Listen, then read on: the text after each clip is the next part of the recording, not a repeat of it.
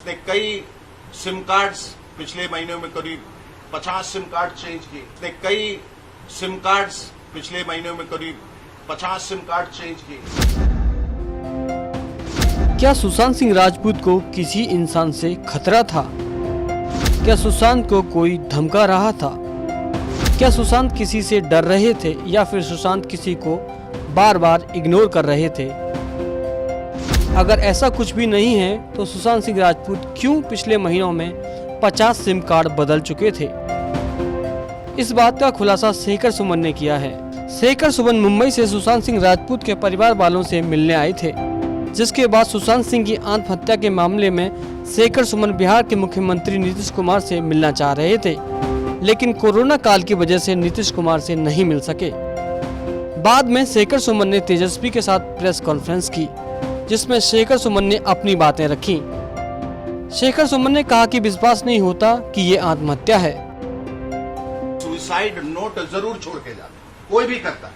किस लिए करता है? वो इसलिए क्योंकि जाने वाला ये सोच के जाता है कि मेरे जाने के बाद मेरे जो चाहने वाले हैं या जिनको मैं चाहता हूं, जो मेरे निकटतम लोग हैं, वो शक के दायरे में ना जाए, न फंस जाए।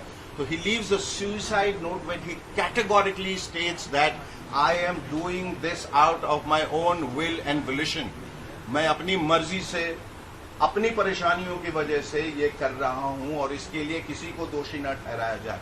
There was no suicide note. अगर सुसाइड नोट होता तो ये ओपन और शट केस हो जाता, उसी वक्त ये केस खत्म हो जाता, हम लोग सब बिलीव भी कर जाते। In the absence of a suicide note there are many questions that crop up.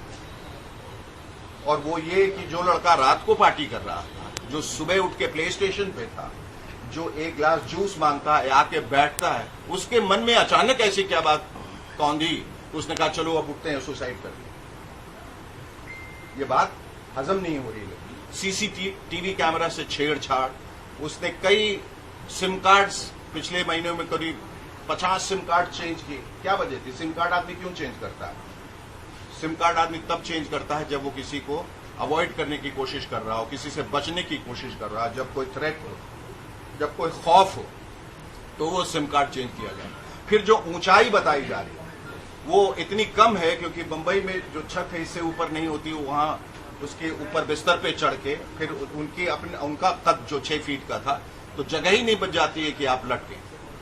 फिर पहले इस कपड़े से, फिर बाथरोब से, फिर कुर्ते से लटका, वगैरह वगैरह, ये बात निकल रही। और जो एक बहुत अहम तथ्य जो निकल के आया है प्राइमा फेसी, वो ये है कि गले में जो लाल निशान है, अगर वो कुर्ते से किया गया तो वो मोटा होना चाहिए, वो एक रस्सी का निशान लगता है। और अमूमन, बल्कि हर बार जबकि कोई खुदकुशी करता है तो उसमें वी का निशान होना चाहिए, क्योंकि रस्सी ऊपर की तरफ। देखिए, मैं कोई फोरेंसिक एक्सपर्ट नहीं हूं,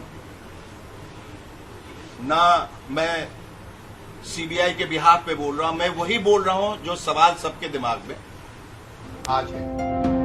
शेखर सुमन ने आगे कहा कि हम बिहारियों को एक होकर सुशांत सिंह राजपूत के मामले में सीबीआई जांच की मांग करनी चाहिए। ब्यूरो रिपोर्ट, बिहार तक।